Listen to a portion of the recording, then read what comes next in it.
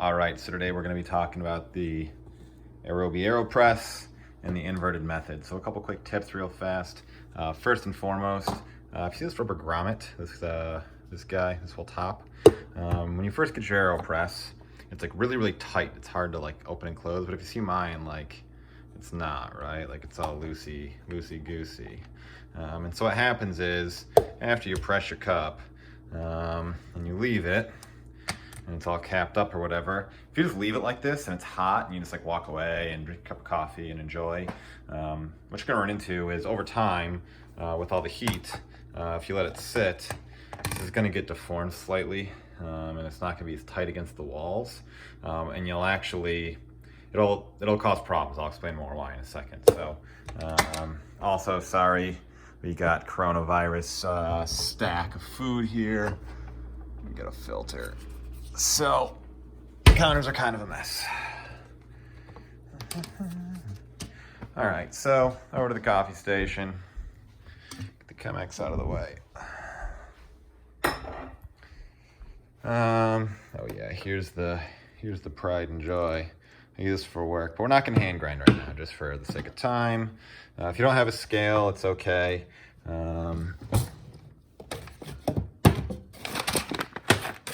Key to any good cup, high quality coffee.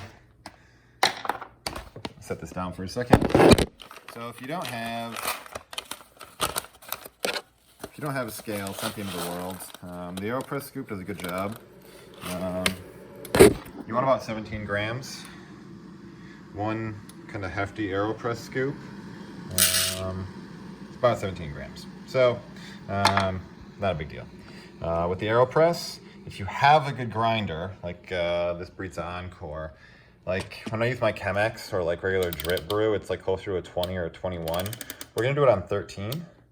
The reason for that is because when I do my Chemex on like a 20 grind, you're reliant on the grind size to determine the speed of your brew, right? So, but on the Aeropress, it's immersion. It's just sitting inside of the Aeropress, which is why we're gonna use the inverted method. But we're also gonna do, instead of like 207-degree water, I'm actually gonna turn this down a little bit. Went about 198. So got my 17 grams of coffee.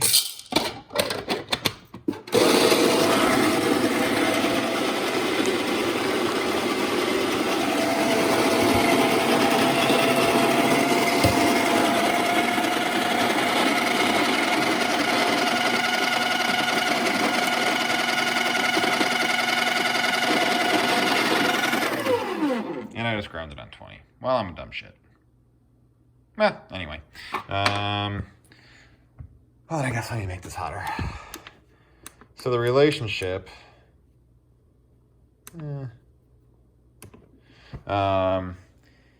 between grind size and temperature is smaller grind size will extract more and higher temperature will extract more. So you can kind of find a balance between the two. I just actually ground that too coarse. So we're gonna crank up the temperature to make sure we fully extracted coffee. So the inverted method, effectively what you do is we're gonna cap this just till it crosses the bottom of the grommet, right? And so why this getting loose is a problem is we're actually gonna brew it upside down, and it's going to probably leak a tiny bit around this edge. Just take a drop or two onto this.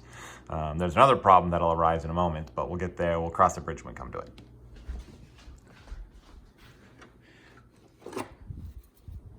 So I'm just gonna add our grinds.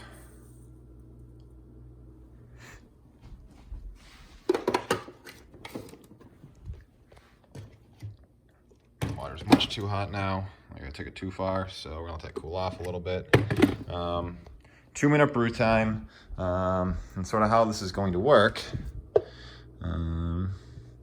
is we're gonna fill it up with water. We're gonna kind of let it sit for 2 minutes, and we're gonna flip the whole thing over and press the plunger. It's important that we don't fill it too high, because another problem we have with this grommet getting loose is when you go to like push the plunger, there's gonna be there's like pressure in here, right? And it's actually gonna escape past the edges if the water is if there's like too much, right? So we want to leave a little air gap, because then when we flip it over, that air gap will be behind the plunger and we won't get splashed in the face. So take our water, and generally the first thing I like to do is, how do I get a little bloom here. I wish I could get, where's my, oh, it's because I'm recording upside down. Damn it. Okay, let me switch hands. Hey Google, set a timer for 2 minutes. So just get a little bit in there. It's hard to do this with 2 hands, or I'm sorry, with 1 hand. Okay, I'm gonna let that sit for a second. It's a little under halfway up. The reason for that is you kind of want, you can see it like bubbling. A lot of the CO2 that's on the coffee will escape, and the CO2 keeps it from, like it gets bound to the grounds, and the coffee can't fully extract. So after this sits and bubbles up nice and pretty, we're going to finish. Man, this is hard to do with making sure we fully saturate everything.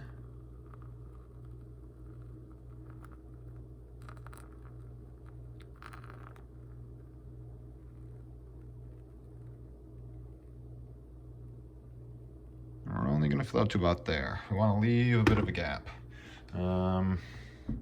Yeah, capper. Set this down. So you got it capped. Just going to brew like that. And the reason for this is when it's flipped the other way, you're going to slowly leak coffee out. That coffee is not going to be fully extracted, and it's going to give your cup more of a sour taste.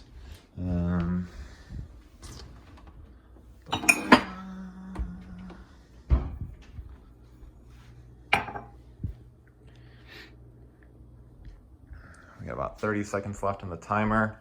When it gets down to about 15 seconds, we can start plunging. And as right about now, I can flip it. I'm gonna set this down while I do. Just kind of like hold the bottom. And it's 1, 2, 3.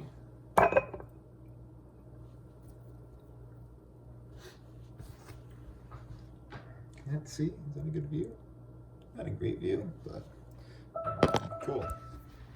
And we plunge.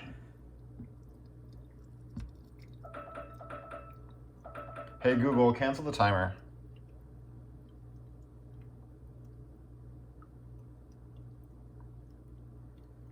You can kind of see like the air gap there.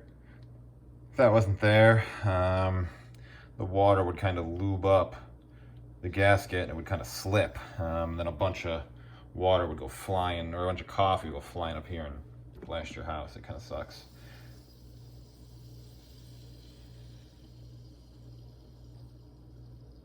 Bada boom. One perfect cup of coffee. Shing.